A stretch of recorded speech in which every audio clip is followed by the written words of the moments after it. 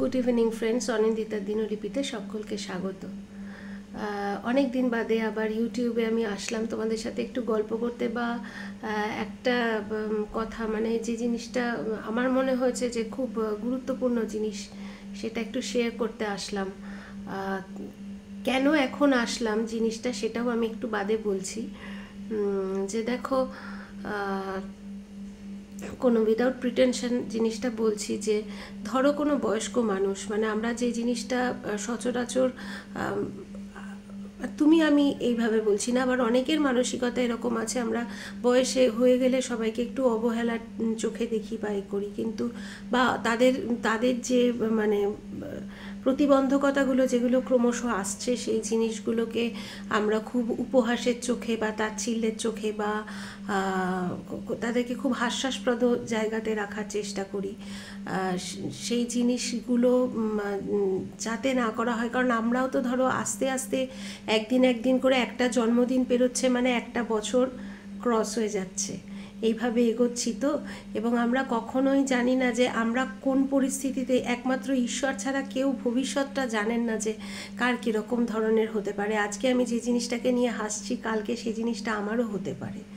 হ্যাঁ, কারণ এই যে ধরো বয়স হয়ে গেলে মানুষের ভুলে যাওয়া ব্যাপারটা, এটা আমি আগে ভাবতাম, মানে আমি কয়েকজনের শুনেছিলাম, শুনে ভাবতাম বাবা এই আবার কেমন জিনিস, এরমভাবে মানুষ ভুলতে পারে। মানে এরকম এক বয়স্ক মানুষ আমি শুনেছিলাম আমার মায়ের মুখে, যে তিনি নাকি প্রতিদিন মহাদেবের মন্দিরে, পঞ্চমুখী মহাদেবের মন্দির ছিল, 5টা মন্দির ছিল, আবার পঞ্চমুখী মন্দির মহাদেবও বলতেন, তাই সেই মন্দিরে প্রণাম করতে যেত। এবার মন্দিরের ফ্রন্ট গেট দিয়ে উনি ঢুকতেন, ঢুকে ওনাকে আবার মানে দিয়ে বেরিয়ে আবার ওই পিছন দিক দিয়ে ঘুরে ওনাকে বাড়ি যেতে হতো। উনি আবার পিছন দিক দিয়ে যেতে গিয়ে যেই মহাদেবের মন্দিরটা দেখতেন, ও মহাদেব বলে আবার উনি ঘুরে এসে ফ্রন্ট গেট দিয়ে ঢুকে প্রণাম করে আবার উনি বেরিয়ে পিছন দিয়ে যেতেন, আবার ও মহাদেব বলে আবার প্রণাম করতে ঢুকতেন। মানে এরকম করে তখন ওখানে ছোট ছোট বাচ্চারা খেলতো বা ক্লাবের ছেলে টেলে থাকতো, ইয়াং ছেলেরা, তারা বলতো দাদু আপনি প্রণাম করেছেন? তখন বলছে যে ও আমি করেছি প্রণাম, আচ্ছা মহাদেব বলে মাথা ঢুকে আবার তাকে রাস্তা ধরিয়ে দেওয়া হতো যে দাদু এই রাস্তা দিয়ে বাড়ি যান, আপনি প্রণাম আপনার সারা হয়ে গেছে, এরম বলা হতো। তা আমি তখন ভাবতাম যে এরকমও হয় মানুষের, যে বারবার একই জিনিস রিপিট করতো এ করতো। মা বলতো যে মা মানে মা যে ঘটনাটা বলছেন এটা মার নিজের দাদুরই এরকম ছিল আর কি। কেন ছিল, কী বৃত্তান্ত, আগেকার দিনের মানুষদের এই যে এখন আমাদের যে যেরকম রোগ বা সংক্রান্ত জিনিসকে নিয়ে খুব অ্যানালিসিস করা হয়, তখন এত ডিটেলিংয়ে কেউ যেত না। ওই সবাই পাড়ার ছেলেরা দেখে বলতো যে দাদু এই রাস্তা দিয়ে বাড়ি যান, আপনার প্রণাম সারা হয়ে গেছে, এরমভাবে বলতো, ওইখানেই সমাপ্ত ব্যাপারটা। তা রিসেন্টলি যে মানে মানুষটার মুখ থেকে এই কথাটা শোনা, সেই মানুষটা আজকে এই রোগের শিকার, মানে আমার মা। উনি আসার কথা আছেন, বাবা মানে নিয়ে আসবেন এখানে, অনেক দিন মানে আমাদের সাথে দেখা সাক্ষাৎ হয় না, মুর্শিদাবাদে থাকেন ওনারা, তা আসবেন একসাথে। এমনিতে কথা বললে কিচ্ছু বোঝা যাবে না, মনে হবে যে এর মতো নর্মাল মানুষ বোধহয় আমরাও নই, কিন্তু এসটিএমএলে ভোগেন উনি, মানে শর্ট টাইম মেমোরি লস। সঙ্গে সঙ্গে যে কথা বলা হচ্ছে পরক্ষণেই ধরুন প্রসঙ্গক্রমে কোনো কথাটা উঠলো ওনার মনেই নেই, কিন্তু অনেক পুরনো দিনের কথা। আজকে যদি সেই দাদুর কথা আবার একটু ধরিয়ে দিয়ে বলতে চাই যে মা ওই গল্পটা বলো তো, মা একদম পুঙ্খানুপুঙ্খভাবে বলবে। কিন্তু কি ভয়ঙ্কর ব্যাপার এটা, মানে প্রায় রাত্রে, প্রতিদিনই প্রায় রাত্রে শোয়ার আগে মা একটা কি মনে হয় যে আমি তো একা থাকি, যে মেয়েটাকে একটু ফোন করি। আমি হয়তো তার আগে 10টা 10:30টায় ফোন করেছি, করে বলছি মা তুমি আর ফোন করো না রাত্রিবেলা, আমি তো তাড়াতাড়ি শুয়ে পড়ি, হঠাৎ করে ফোন করলে না ভিতরটা ধক করে ওঠে, মানে কীরকম একটা হয়, মানে অসুবিধা লাগে। না না মনে তোকে আর কেন ফোন করব, এই তো বাবু ঠাকুরের কৃপায় ভালো থাকো, আমি সেটাই চাই, না না আর ফোন করবো না। ও মা, যথারীতি উনি যখন শুতে যান 12টা 12:30, তখন উনি আমাকে ফোন করেন, ফোন করে বাবু ঘুমিয়ে পড়েছিস? তাহলে হ্যাঁ মা, হয়তো ঘুম জড়ানো গলায় বলছি, হ্যাঁ মা ঘুমিয়ে পড়েছি, তুমিও শুয়ে পড়ো, বাবা শুয়ে আছে পাশে, এত কথা বলো না, শুয়ে পড়ো।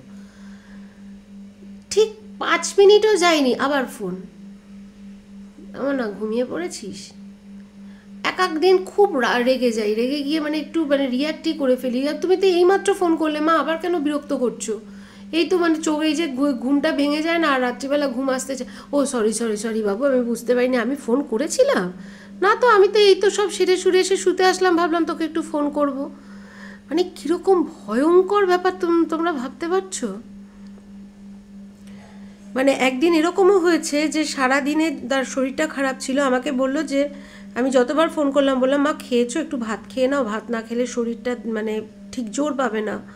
না রে মা বাবু, আমার ভাত খেতে ইচ্ছা করছে না, শরীরটা ভালো নেই আর মুখে রুচি নেই, আমি নুন চিনি জল খাচ্ছি দুর্বল লাগছে বলে, আর বিস্কুট খেয়ে, কটা বিস্কুট? 4টে বিস্কুট। এইভাবে আমাকে 4বার বললো, মানে 16টা বিস্কুট খেয়েছে এটা। মানে আমাকে বাবা তখন পাশ থেকে বলছে, তুমি তো ভাত খেলে, তুমি তো একটুখানি ভাত খেলে, যা খাও প্রতিদিন সে পরিমাণটা খাওনি, কিন্তু একটু অল্প এক মুঠো ভাত খেয়েছো তুমি।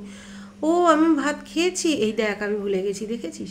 কিন্তু তুমি যখন ওনার সাথে কথা বলবে, মানে আমার মায়ের সাথে গল্প করবে বা এই করবে, মানে তুমি বুঝতেই পারবে না যে ওনার এরকম ধরনের। তার মানে তুমি ভাবো যে কত মারাত্মক মারাত্মক ব্যাপার। গ্যাস জেলে ভুলে যাচ্ছে যে গ্যাসটা জ্বলছে, কিছু হয়তো রান্না হচ্ছে ভুলে যাচ্ছে সেটা হচ্ছে, কিছু কল খুলে দিয়ে চলে এসছে বা পাম্প চালিয়ে দিয়ে চলে এসছে ভুলে যাচ্ছে। তার মানে কতটা ভয়ঙ্কর ব্যাপার এই জিনিসগুলো।